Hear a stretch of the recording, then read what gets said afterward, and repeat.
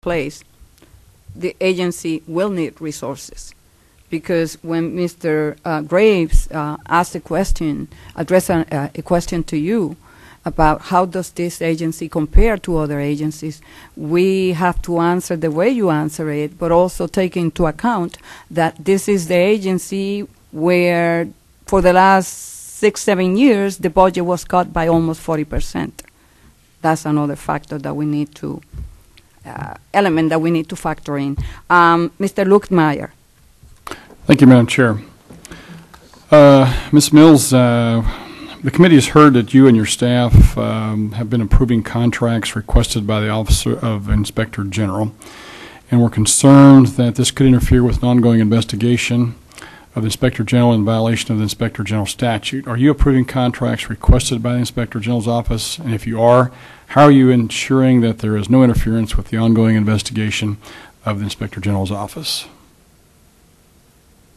So the question is, are we approving contracts? Maybe you could clarify what sort of contracts? You're dealing with the Inspector General. Can you explain your relationship first, I guess, and maybe we can go from there? Yes, the Inspector General is an independent actor in the agency. They are funded independently. They are very active and work separately from us, but we hope collegially and in partnership. We provide information as requested. Do you work together on any sort of contractual obligations?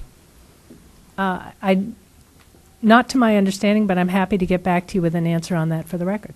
Okay, that's fine. A while ago you mentioned something about you were looking at a number of programs based on a risk-based approach. Can you explain to me what your description of and how you would determine a risk-based approach?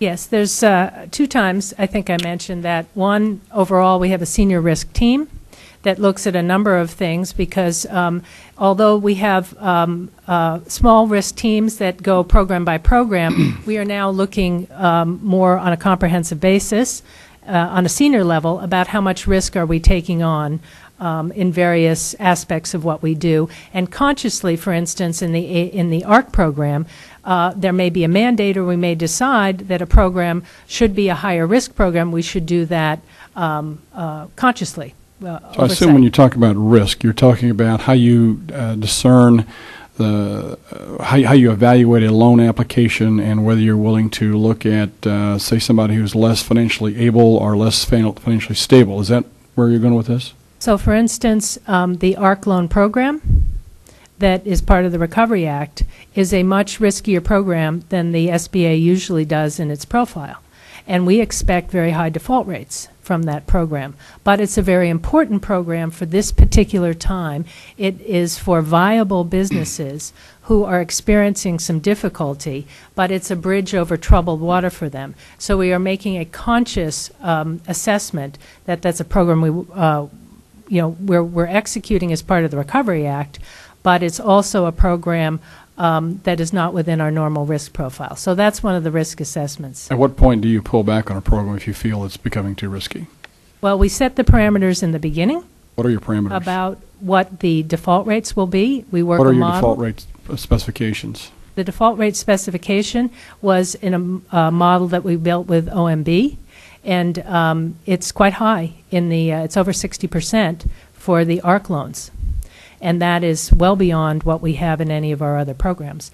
So our expectation is, that's what we'll get. Okay. Just one final comment here. Mr. Scheer also made the same comment. We've got a question here I was wanting to ask. Also, a couple of weeks ago, we had a group in here and talked about the amount of paperwork that's involved in the 7A program.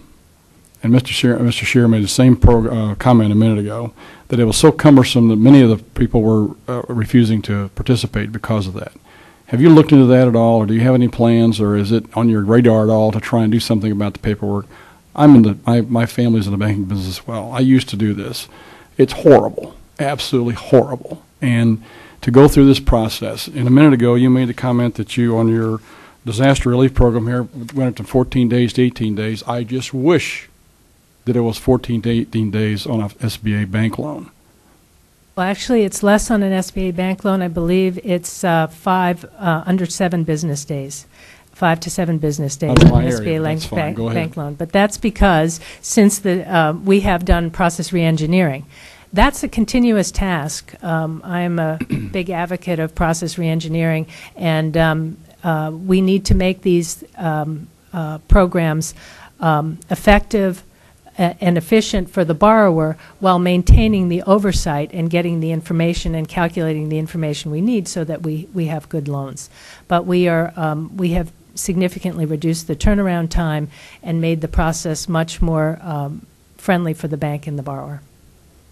It didn't sound like a commitment to me. Are you going to make us a commitment? You're going to look at the 7A program and fine-tune that? Yes, I am. Thank you very much. I'll yield back. Thank you, Madam Chairman.